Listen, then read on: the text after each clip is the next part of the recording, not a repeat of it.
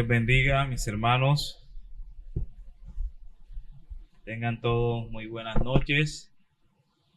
Y bueno, hoy nos disponemos una vez más a seguir con el estudio de esta preciosa doctrina que es vital para nosotros como reformados, sobre todo como bautistas reformados.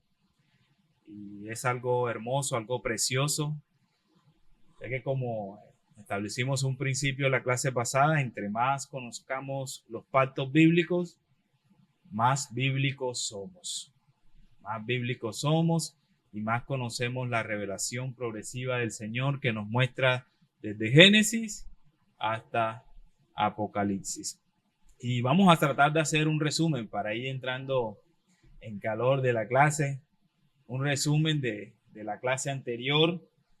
Y sí me gustaría preguntarles, a ver si se acuerdan, ¿qué es un pacto? Elvin. Un compromiso divinamente sancionado. Ok, ¿todos están de acuerdo con Elvin? Esa es la definición con la que vamos a estar trabajando las clases. ¿Cuáles son los tres elementos principales de un pacto? ¿Cuáles son esos tres elementos principales, los tres fundamentales? Material, respuesta y sanción. Vamos bien, vamos bien. ¿Cuántos tipos de materiales hay para un pacto? Dos. ¿Cuáles son? Ley y promesa. Ley y promesa. Si el material es una promesa, ¿cuál es la forma de ese pacto? ¿Ah? Un pacto de gracia. Y si el material es una ley y el pacto es, ¿cuál es la forma de ese pacto? De obras, de obras. Esas son bases que vamos a tener claras para el avance y la progresión de cada vez que vamos a ver los pactos en adelante. ¿Y cuál es la fórmula para saber cuál es la sustancia de un pacto? ¿Cuál es esa fórmula? Es la combinación entre materia más la forma. Ok, qué nivel, qué nivel, qué nivel. De verdad que sí, de verdad que sí. Vamos a ver una preguntita que ya todos tengan aquí. ¿Cuál es la diferencia entre un pacto de obra y un pacto de gracia? ¿Cuál sería la diferencia? ¿Cuál es el elemento que marca la diferencia? La respuesta, no. La función. ¿Cómo? La sanción. No. Recuerda que yo le dije que había un material, que ese material, no, ese material es el que define el pacto. Entonces la diferencia entre un pacto de obra y un pacto de gracia es el material con que se hace el pacto. Así de sencillo. Es el material. Si el material es una ley, tenemos una forma de pacto. Si el material es una promesa, tenemos otra forma de pacto. ¿Estamos claros ahí? Sí, sí, estamos claros. Repetimos otra vez por si las moscas o creen ustedes que... Porque esto es fundamental. Un recorderio. Bueno, listo. ¿Qué es un pacto? Ya todos sabemos que es un compromiso divinamente sancionado, ¿cierto? Los tres elementos principales son materia, respuesta y sanción. Esos son los tres principales. Por eso, ojo a la pregunta. La pregunta no es cuáles son los elementos, sino cuáles son los principales. Esos tres son los principales, ¿cierto? Si el material es una ley, ¿cuál es la forma de ese pacto? Una obra. Así es. Si el material es una promesa, la forma de ese pacto es gracia. Y la fórmula para saber cuál es la sustancia de qué está hecho ese pacto es material y la forma. Con la material y la forma usted sabe de qué sustancia está hecho el pacto. Así que si yo les pregunto cuál es la diferencia entre un pacto de obras y un pacto de gracia, la diferencia es el material, porque el material es lo que define el pacto. Entonces, ¿estamos claros ahí? Bueno, seguimos entonces. Para la clase de hoy, ¿sí se está viendo la? Okay. Para la clase de hoy vamos a ver los pactos generales y vamos a ver el pacto de obras si nos permite el tiempo. que yo creo que sí nos da el tiempo. Yo creo que sí. Los pactos generales. ¿Alguna vez han escuchado de esos pactos generales que son alguien? Intratrinitario. Intratrinitario. Aarón, ¿tiene el micrófono? Me tiene aquí sufriendo como el ruido en el aire. El pacto de redención, el pacto de obras y el pacto de gracia. ¿Alguien está de acuerdo con Edwin? ¿Está de acuerdo con Edwin? Sí, esos son los pactos generales. ¿Cómo así? ¿No estás seguro, Aaron? Sí son los pactos generales, Juanca. Tú dices, Juanca dice que sí, todos dicen que sí. ¿Y por qué se llaman pactos generales? ¿Alguna vez saben por qué se les da ese nombre pactos generales? Porque en la Biblia tenemos pactos específicos. Recuerden lo que les dijo el pastor Estigua. Hay pactos específicos. ¿Por qué se llaman pactos generales? Algo ahí que se les venga a la mente. Pasa el micrófono. No me pongan aquí a pelear con el aire. Porque encierran los pactos que se encuentran en las Escrituras. Ok, encierran los pactos que se encuentran en las Escrituras. ¿Quién más tiene algo para decir? Michael, ¿por qué se le llaman pactos generales? Nada. Ronald.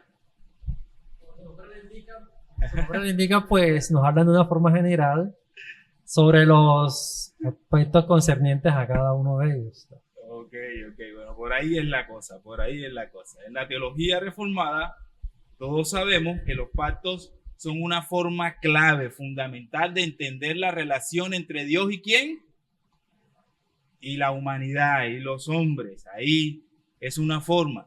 Y en esa revelación que Dios se revela en las Escrituras, en su palabra, encontramos pactos específicos.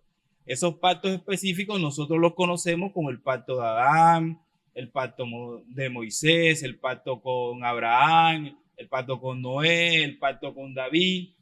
Y de hecho los teólogos han organizado algunos de esos pactos, algunos los han clasificado como pacto de obras, otros como pacto de gracia, pero los teólogos también, para simplificar toda la idea global, incluyendo esos pactos específicos que encontramos en la Biblia de Génesis, Apocalipsis, ellos, para simplificar esto, se inventaron eso que nosotros llamamos los pactos generales, que son los 3 grandes pactos.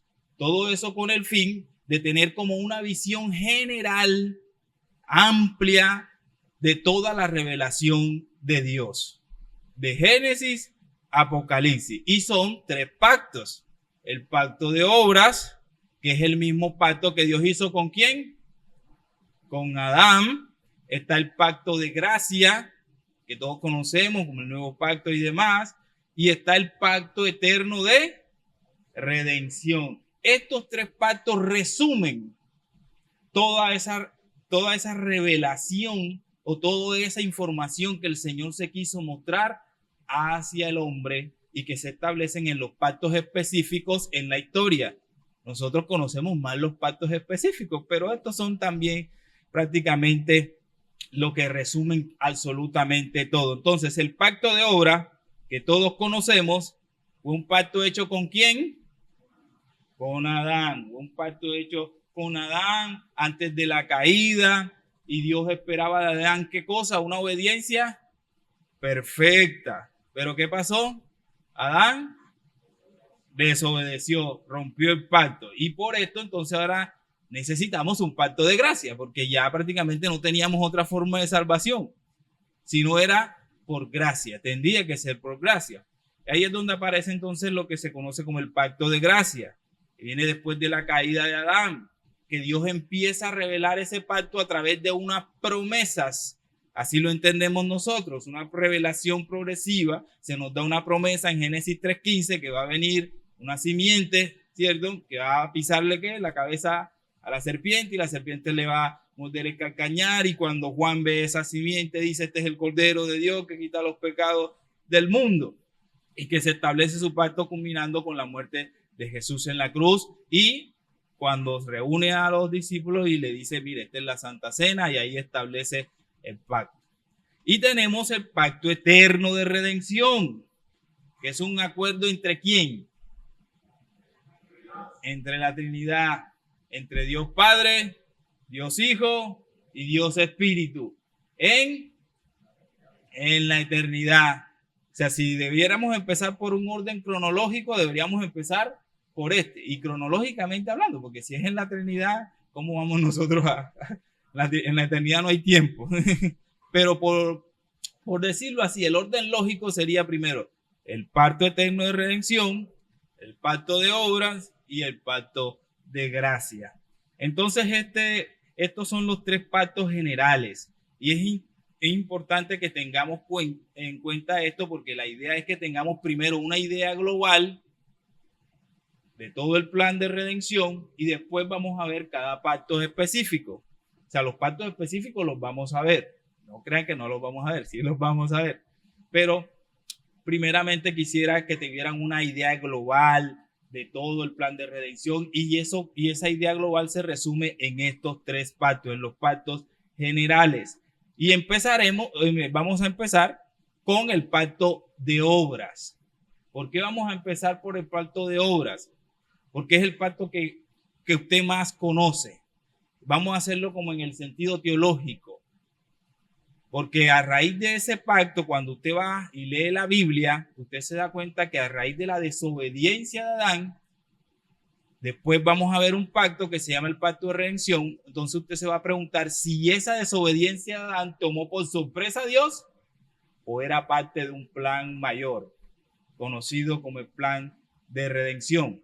Así que primero vamos a ver el pacto de obras, después del pacto de obras vamos a ver el plan de redención y después del plan de redención vamos a ver cómo se manifiesta el pacto de gracia en la historia de la humanidad. O sea, vamos a tomar un orden más que todo teológico, como empiezan las escrituras, aunque las escrituras también tenemos ahí en Génesis esa parte del plan de redención, cuando Dios dice hagamos al hombre a nuestra imagen y semejanza, pero vamos a empezar primero por el pacto de obras, para que tengamos un enfoque más lógico en el sentido que nosotros vemos cuando nos enfrentamos a las escrituras, cuando leemos las escrituras.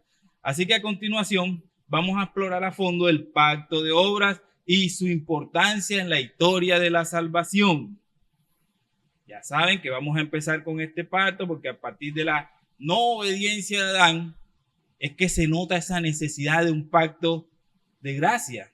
Y es que podemos ver y notar a ver si eso que pasó ahí en el Edén fue casualidad o hacía parte de un plan mayor y tremendo. Así que de manera que vamos a ver y vamos a dar paso al pacto de obras, no sin antes hablar de la importancia del pacto de obras. Dice Nehemías Cox, si una persona no comprende correctamente el pacto de obras, ¿qué dice ahí? Se desorienta en todo el estudio profundo de la verdad más importante que debe conocer. ¿Y cuál es la verdad más importante que toda persona debe conocer? El pacto de redención. El pacto de redención. Así lo dice Nehemías Cox. Así que si no tenemos una comprensión adecuada de ese pacto de obras, no vamos a poder entender el pacto de redención, ni mucho menos el pacto de gracia. Así que es necesario que nos fijemos ahí, que nos centremos ahí en ese pacto de obra, que veamos qué fue lo que pasó y demás. ¿Por qué? Porque si fallamos en el conocimiento del pacto de obra, vamos a fallar en el conocimiento de los otros pactos.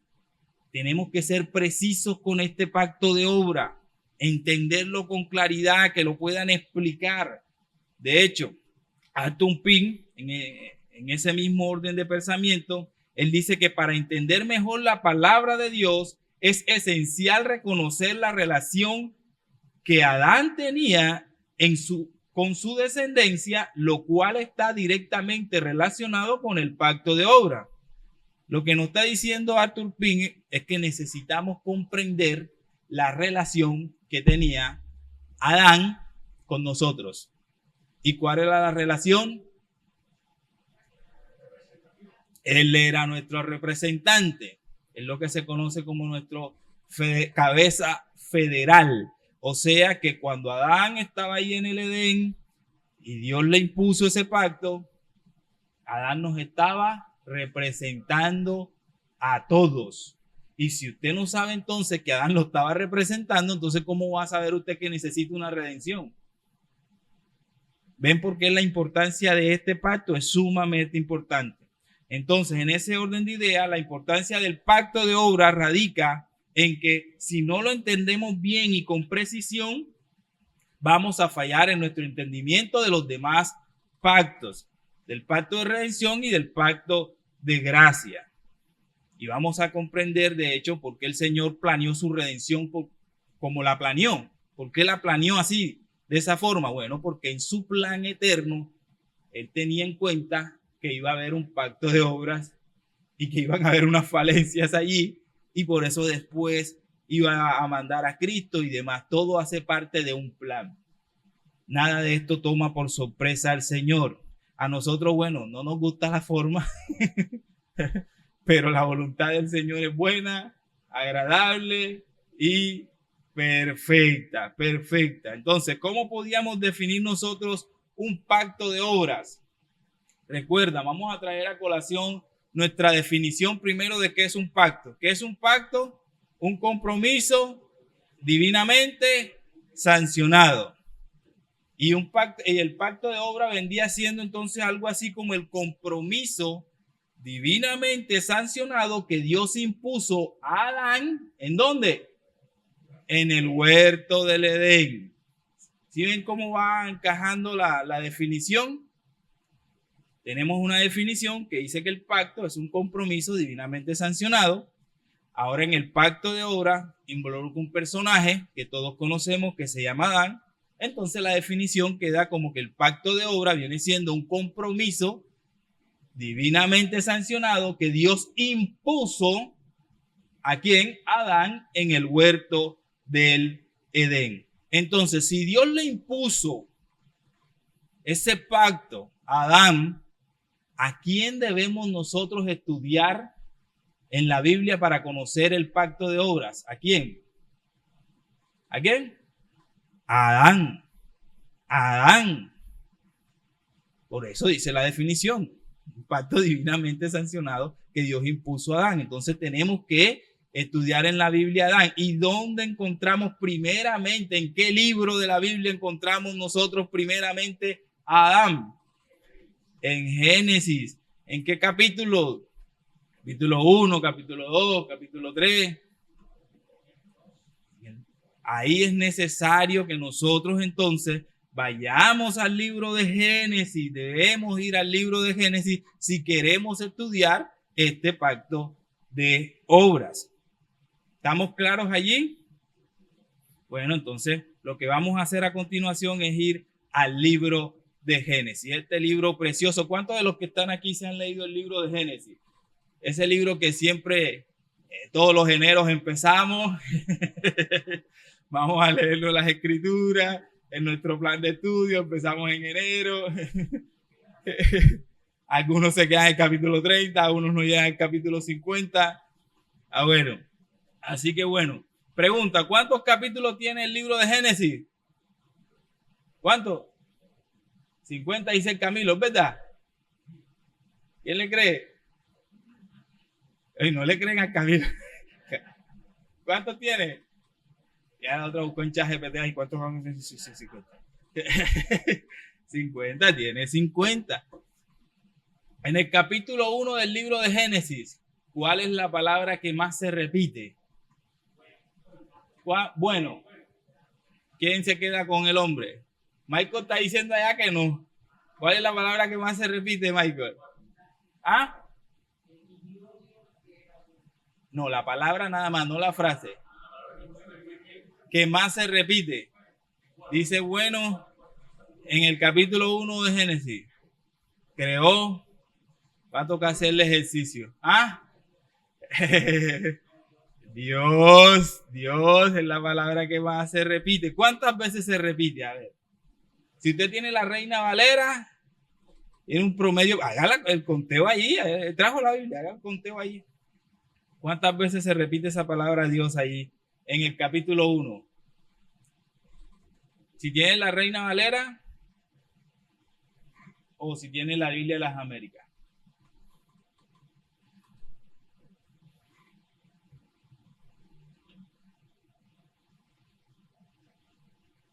Ya.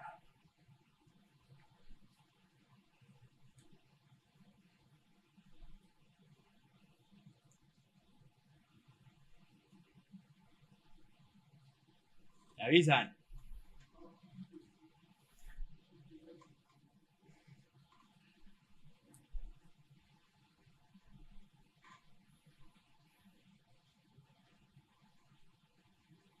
¿Y qué?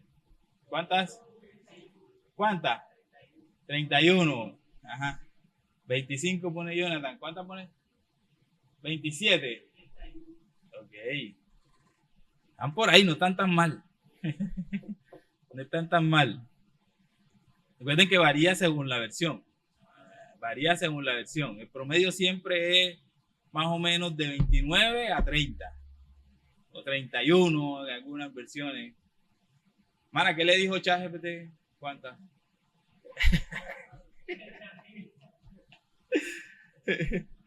Entonces, ¿cuántas veces?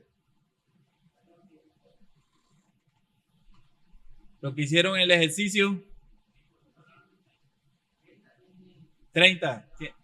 Las Américas, por ahí. El promedio siempre es 29, 30. Como 27 también en su versión. Ok. Bueno. Lo interesante es que cuando nosotros empezamos leyendo el capítulo 1, vamos a encontrar esa palabra Dios, que significa Elohim, todos conocemos, Dios y Dios y Dios y Dios y Dios. Y cuando pasamos al capítulo 2, en los 3 primeros capítulos, después que pasamos los 3 primeros capítulos del capítulo 2, cuando llegamos al capítulo 4, vayan ahí a Génesis capítulo 2, verso 4. Ahí van a encontrar la palabra Dios también. Ahí está. ¿Sí la ven? Pero hay otra palabra que está antes de esa palabra Dios. ¿Cuál es? Jehová, si usted tiene la Reina Valera. Y Señor, si usted tiene la de las Américas. Entonces es curioso, no digamos curioso. Entonces es de observar que Moisés viene escribiendo Dios, Dios, Dios, Dios, pero a partir del capítulo 2, verso 4, añade la palabra Jehová Dios. A esa palabra Dios le añade la palabra Jehová y se la coloca de primero. Y a partir de ahí usted va a encontrar, siga leyendo y verá que encuentra Jehová Dios, Jehová Dios, Jehová Dios, Jehová Dios. ¿Por qué? Porque Moisés está guiando a su audiencia, al pueblo que lo está escuchando. Él le quiere comunicar algo. Él le quiere comunicar algo y empieza, mi Jehová Dios. Vamos a Génesis, capítulo 2. Así yo lo tengo acá desplegado. Permítanme. Aquí está, en Génesis capítulo 2.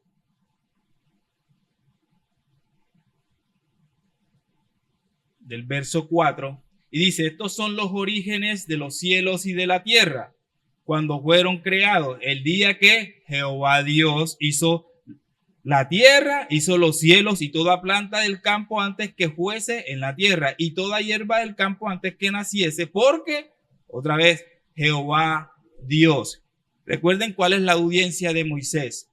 Moisés está escribiendo un pueblo que acaba de salir de Egipto, y están en el desierto, con una promesa de que Dios los iba a llevar ¿a dónde? A la tierra prometida. ¿Y cómo se llama esa tierra?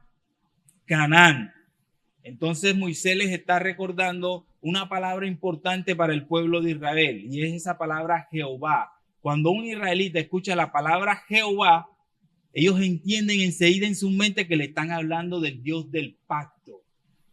Del Dios del pacto. Entonces Moisés va a empezar a mostrarle a los israelitas, los va a querer llevar a su audiencia y a todos los que leemos a un pacto. Nos quiere mostrar un pacto. Entonces miren cómo les empieza hablando. 6 verso 7 para ir adelantando. Dice, entonces Jehová Dios formó al hombre del polvo de la tierra y sopló su nariz aliento de vida y fue el hombre un ser viviente. O sea, si usted es israelita, usted entiende, oh, el Dios de pacto me formó, me creó. Versículo 8, y Jehová Dios plantó un ¿qué? Un huerto en Edén, al oriente, y puso allí al hombre que había formado. Interesante. Usted es israelita, está escuchando que Moisés le está hablando que Jehová, el Dios del pacto, creó al hombre y plantó un huerto y lo puso allí. Si usted es israelita y hace el paralelo, dice, Jehová Dios me quiere llevar ahora a una tierra prometida, a un huerto que se llama Canaán. Es el Dios de pacto. Sigue diciendo, hizo nacer de la tierra todo árbol delicioso a la vista y bueno para comer, también el árbol de vida en medio del huerto y el árbol de la ciencia del bien y el mal, y salía de él un río para regar el huerto. Versículo 11, el nombre de uno era Pisón. Vamos al verso 12, y el oro de aquella tierra es bueno, allí también Bedilio y Onice.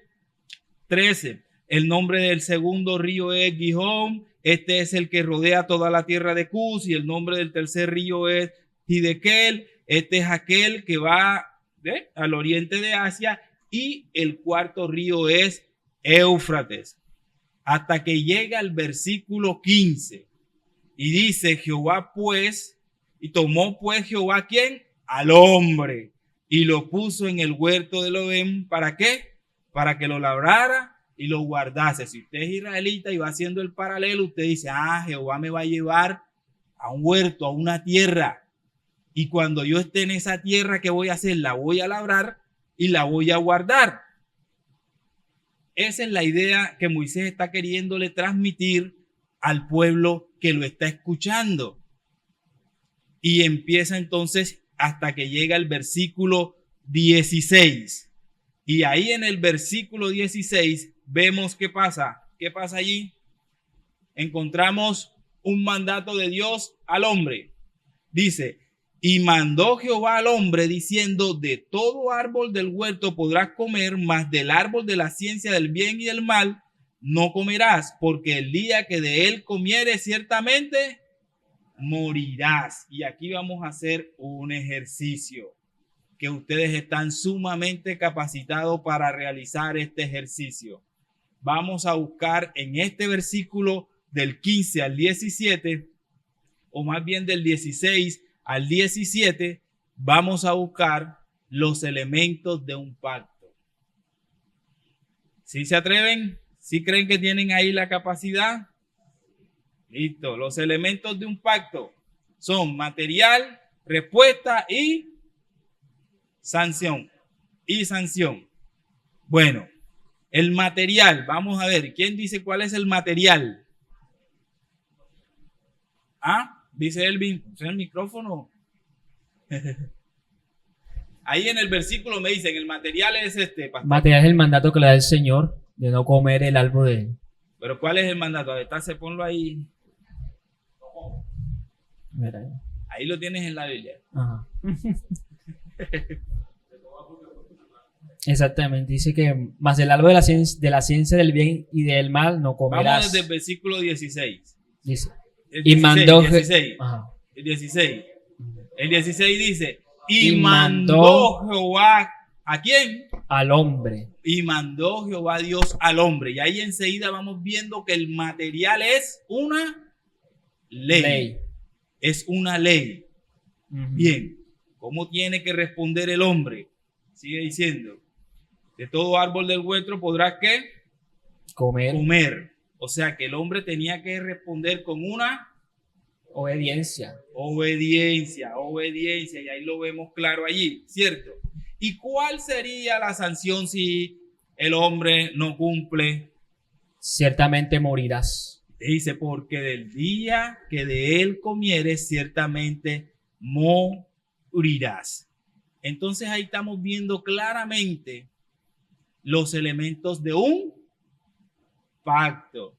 No vemos la palabra pacto por ningún lado, pero como tenemos el concepto de un pacto, ¿cierto? Que es un compromiso divinamente sancionado que Dios impuso ¿a quién? A Adán en el huerto del Edén. Aquí tenemos el concepto claro de que aquí hay un pacto, de que aquí hay un pacto. Y es un pacto de, ¿cuál sería la forma?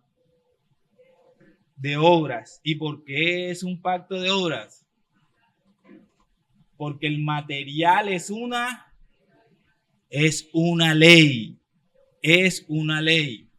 Así que este es el ejercicio que usted tiene que hacer con todos los demás pactos específicos. ¿Va a decir algo, Marco? Dale. Pastor, ¿y cómo podemos ver la respuesta del Ajá. hombre ahí? ¿Cómo? ¿Cómo podemos ver la respuesta del Fácil, hombre porque ahí? cuando Dios manda, ¿cuál es la única respuesta que tiene que hacer el hombre? Obedecer. O sea, podemos decir que está intrínseca. Sí, está intrínseca, porque es que, de hecho, cuando es una ley, el material es una ley, solamente nos queda una opción: obedecer, más nada. Entonces ahí el hombre tenía que hacer obedecer, más nada, porque es un mandato de ley, es un mandato. Por eso le hice el ejercicio de que buscaran primero cuál era el material. Y ahí dice clarito, Jehová mandó, Jehová Dios. Ya con eso ya la respuesta es obediencia, es obediencia. ¿Estamos claros hasta aquí? ¿Seguro? ¿Alguna pregunta al respecto? ¿Sí ven un pacto de obras allí? ¿Seguro que está el pacto de obras allí? Listo. Qué bueno eso. Este es el ejercicio que hay que hacer con todos los demás pactos específicos. Recuerden, donde Dios le da una orden al hombre, lo siguiente que se espera es que el hombre cumpla. Y si el hombre no cumple, ¿qué pasa? Hay una sanción. ¿Y cuál es la sanción que vemos ahí en el texto? Ciertamente morirás. Ciertamente morirás. Así que aquí hay un pacto de obra. Y en los pactos de obra, la respuesta depende, la sanción depende de la respuesta del hombre. Tenga eso siempre presente. La respuesta depende de la sanción depende de la respuesta del hombre. Ahora, hay más elementos para añadir, pero ya nos tomamos el tiempo. Seguimos. ¿Qué dicen? Porque ahora viene un elemento externo. Bueno, vamos a tratar de hacerlo por encima y profundizamos el miércoles que viene. ¿Les parece sobre estos elementos? Bien, faltan dos elementos por ver aquí. Aquí hay un elemento externo en este pacto, en este compromiso divino. Y ese elemento es la señal. La señal. Pregunta, ¿cuál sería la señal o las señales de este pacto? Según lo que ustedes están viendo ahí en los versos del 16 al 17. ¿Cuál es la señal? ¿Ah? El árbol. Explico. En este pacto hay unas señales externas que el Señor coloca allí. ¿Cuáles serían esas señales de ese pacto de obras? Ustedes dicen que ¿el árbol o los árboles? El árbol. Ya les vi la gata enseguida. El árbol, ¿cierto? Pero vamos a leerlo. Dice, y mandó Jehová Dios al hombre diciendo, de todo árbol del huerto podrás comer, mas del árbol de la ciencia del bien y del mal, ¿no qué? No comerás, porque el día que de él comieres ciertamente morirás. Y recuerden que hay algo implícito aquí. ¿Qué pasa si Adán hubiera obedecido Listo. ¿Y cuál era la señal esa? ¿Dónde estaba esa señal ahí? El árbol de la vida. Entonces, estamos para aclarar aquí. Cuando Dios hizo al hombre, lo hizo en un estado mutable. Esto es un poquito de antropología ahí bíblica. Lo hizo mutable. El hombre podía mejorar o podía desmejorar. Todos sabemos lo que pasó.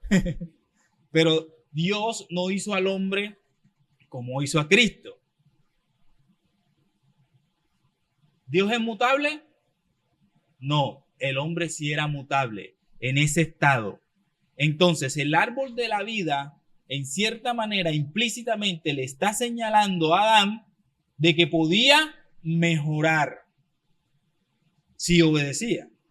Y el árbol del bien y el mal le está señalando de que podía desmejorar si desobedecía. Eso es lo que se conocen como las señales del pacto de obras. Esas eran las señales. Esos árboles no estaban allí de casualidad. Esas eran esas señales externas. Una señal externa de un pacto, como por ejemplo el pacto no ético. ¿Cuál es la señal que todos conocemos? El arco iris. Los pactos tienen señales. Algunos son visibles, otros no. Otros se quiere por la promesa y demás. Otros sí son físicas y demás. Las señales son prácticamente arbitrarias de Dios, de parte de Dios. Entonces, esto es un elemento importante. ¿Por qué? Porque entonces el árbol de la vida, ¿qué representaba a la luz de este pacto? Una bendición. Una bendición ahí implícita, ahí. ¿Qué pasaba si Adán obedecía? Pasaba a un mejor estado. Y nosotros hoy, en Cristo, tenemos un mejor estado que incluso ese que Adán iba a obtener. Un mejor estado estando en Cristo Jesús. Pero lo que pasó fue que Adán desobedeció. ¿Y qué pasó? Bueno, el mundo está como está por esa decisión. Suena un poco, pero es así. Por eso es que está el mundo como está, porque Adán prácticamente no obedeció, sino que desmejoró su estado, porque era mutable. Y esas son las señales que se conocen del pacto de obras. El árbol de la vida, que representaba la vida eterna y la bendición de la obediencia. Ahí lo tenemos en Génesis 2:9. Y tenemos el árbol del conocimiento del bien y del mal, que representaba la tentación y la responsabilidad de la caída. Y asimismo también lo podemos ir viendo con los demás pactos, partiendo de el esquema que tenemos. ¿Cuál es el esquema que tenemos? Materia, respuesta y sanción. Ahora, el pacto de obra también incluye algo más y es el mandamiento positivo. Todo esto lo vamos a profundizar el miércoles que viene. Ok, para dejarles ahí ¿Cuál era el mandamiento positivo? O pregunta, ¿qué es un mandamiento positivo? ¿Cómo? Un mandato de Dios que pone por un tiempo. ¿Qué más? La ley positiva. Son leyes que Dios añade a cada pacto. Es así de fácil. Por eso se conocen positivas. ¿Qué se conoce? ¿Qué quiere decir positiva? Añadidas. Añadidas. Y esto es fundamental porque si Dios no le hubiera dado esa orden a Adán, hoy no tuviéramos un pacto de obras. No tuviéramos un pacto de obras. Póngase a pensar. Adán fue creado bueno, ¿cierto? O sea que Adán en su naturaleza, él podía adorar al Señor bien, porque él fue creado bueno, él no fue creado con pecado. Él podía amar al Señor, ¿cierto? Y podía también amar a su esposa. Y nadie tenía que enseñarle eso, ni es que Dios tenía que venir a decirle, ven acá, mira, primero me tienes que darme a mí y después me amas. No. en su naturaleza, Adán podía adorar al Señor bien, pero el Señor decide colocarlo en un Edén y darle un mandamiento que él en su naturaleza no iba a poder llegar a razonarlo. Me hago entender, o sea, Adán, por más bueno que era, no podía llegar al Edén y decir, de este árbol sí puedo comer y de este árbol no, a menos de que Dios se lo dijera, a menos de que Dios añadiera esa ley que ya él tenía en su mente y en su corazón. A menos de que Dios le añadiera esta nueva ley, él no iba a tener ese razonamiento de este árbol sí y este árbol no. Por eso se conoce como ley añadida. Y todos los pactos tienen leyes añadidas, todos. Como por ejemplo el pacto mosaico. ¿Cuáles son las leyes añadidas del pacto mosaico? Las leyes ceremoniales. Y qué curioso que usted hoy ve iglesias queriendo orar con leyes que son del pacto mosaico, quieren traerlas y meterlas en el nuevo pacto. O sea, no tiene sentido. ¿Cuáles son las dos leyes positivas que el Señor Jesús nos dio para el nuevo pacto? ¿Cuáles son? ¿Se acuerdan? Son dos: bautismo y la cena. Esas son las del nuevo pacto. Así de sencillo. Así que vamos a dejarlas hasta ahí. Y ahí ¿cómo es que les hablé un poquito por encimita de lo que vamos a ver la clase que viene, y creo que nos va a dar tiempo para entrar al pacto de redención. Hasta ahora estamos claros. ¿Alguna pregunta al respecto? ¿Les quedó claro lo del pacto de obras? ¿Sí están claros? ¿Sí? Ok, bueno, entonces podemos concluir que el pacto de obras es un tema central dentro de la teología pactual y su comprensión es crucial para captar el panorama más amplio de la relación entre ¿quién? Entre Dios y la humanidad. Y sin este pacto no tuviéramos un pacto de obras, sin ese mandamiento que Dios le estableció a Adán. Sin ese mandamiento. Así lo dice nuestra confesión de fe. Y recuerden que hacen los pactos que hacen es Dios acercándose a nosotros. Dios acercándose a nosotros. Por eso nuestra confesión de fe dice: la distancia entre Dios y la criatura es tan grande que nunca podríamos haber alcanzado la vida eterna sin que Dios condescendiera voluntariamente mediante de un pacto. Así que la iniciativa de que tengamos vida eterna, ¿es de quién? De Dios. Por nuestros propios medios no se puede. Vamos a orar, mis hermanos. Amado Dios, bendito seas, Padre. Gracias, Señor, Espíritu de Dios, por estar iluminándonos esta preciosa doctrina, estos pactos, esta revelación tuya, Señor. Te pedimos que nos sigas ayudando a comprender, a entender cada día más. Que cada miércoles, oh Dios, coloques esa iniciativa de venir, oh Dios, y entender un poquito esta revelación tuya que ha sido iluminada por el Santo Espíritu de Dios.